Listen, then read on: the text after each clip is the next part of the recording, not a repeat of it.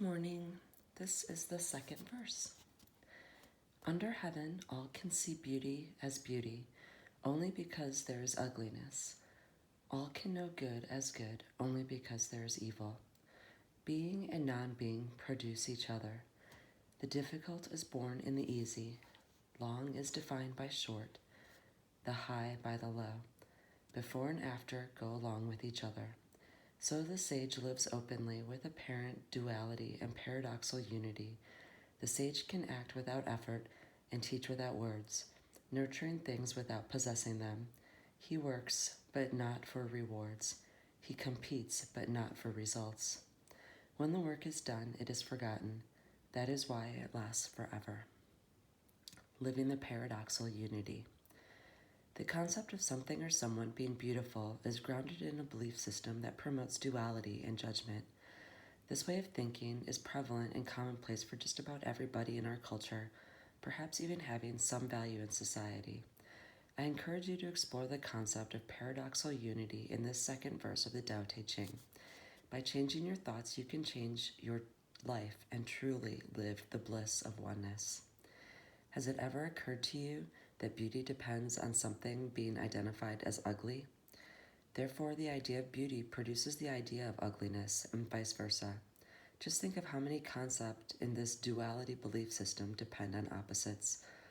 A person isn't tall unless there's a belief system that includes short. Your idea of life couldn't exist without that of death. Day is the opposite of night, male the antithesis of female. What if you instead perceived all as a piece or a glimpse of the perfection of oneness? I think this is what Lao Tzu is suggesting with his description of the sage who lives openly with apparent duality and paradoxical unity. Imagine the perfect oneness coexisting in the apparent duality, where opposites are simply judgments made by human minds in the world of 10,000 things. Surely the daffodil doesn't think that the daisy is prettier or ugly than it is, and the eagle and the mouse have no sense of the opposites we call life and death. The trees, flowers, and animals know not of ugliness or beauty. They simply are, in harmony with the eternal Tao, devoid of judgment. As the sage lives openly with apparent duality, he synthesizes the origin with the manifestation without forming an opinion about it. Living without judgment and in perfect oneness is what Lao Tzu invites his readers to do.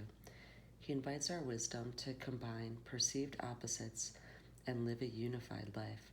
The perfection of the Tao is allowing apparent duality while seeing the unity that is reality. Life and death are identical. Virtue and sin are judgments, needing both to identify either.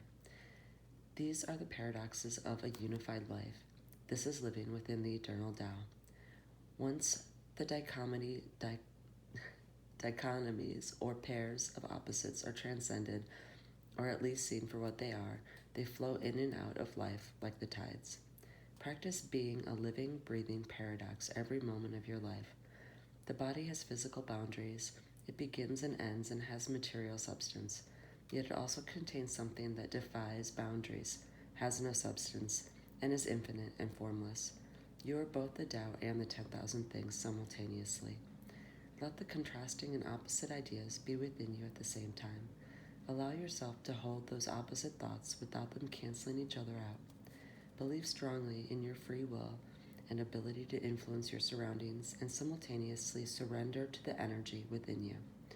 Know that good and evil are two aspects of a union. In other words, accept the duality of the material world while still remaining in constant contact with the oneness of the eternal Tao. The debilitating necessity to be right and make others wrong will diminish. I believe that Lao Tzu would apply the Tao Te Ching to today's world by suggesting the following. Live a unified life. Enter the world of oneness with an awareness of the propensity to compartmentalize everything as good or bad, right or wrong. Beautiful or ugly are standards of the physical world, not the Tao. Contemplate the insight that duality is a mind game. In other words, people look the way they look, period. Criticism is not always necessary or helpful. See the unfolding of the Tao inside everyone, including yourself, and be at peace with what you observe.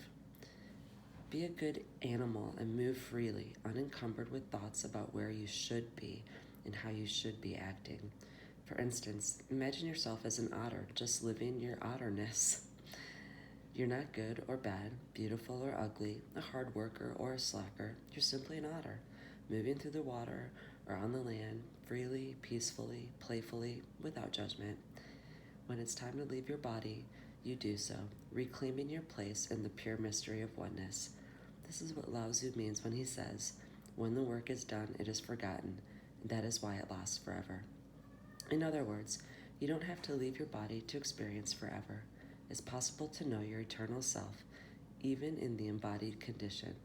When duality and judgment crop up, allow them to be a part of the perfect unity. When other people create dichotomies, you can always know oneness by practicing the Tao. Accomplish much by trying less. Effort is one piece of the whole. Another piece is non-effort. Fuse these dichotomies, and the result is effortless action without attachment to outcome. This is precisely how you dance with someone. You make an attempt, assume a position, listen to the music, and let go all at the same time, allowing yourself to easily move with your partner. Combine the so-called opposites into the oneness of being without judgment or fear. Labeling action as a fine effort implies a belief that trying hard is better than not trying. But trying itself only exists because of beliefs about not trying. Attempting to pick up a piece of trash is really just not picking up the trash. Once you've picked it up, then trying and not trying are irrelevant.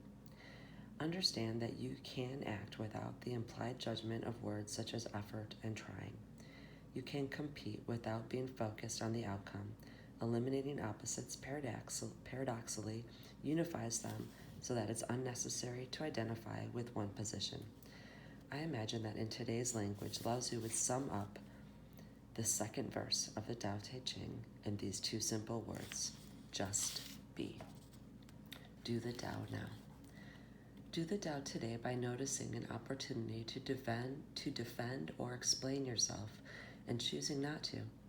Instead, turn within and sense the texture of misunderstanding, feeling it all the way through your physical system. Just be with what is, instead of opting to ease it by traversing the outer world path of explaining and defending. Don't get caught up in the apparent duality of being right or wrong.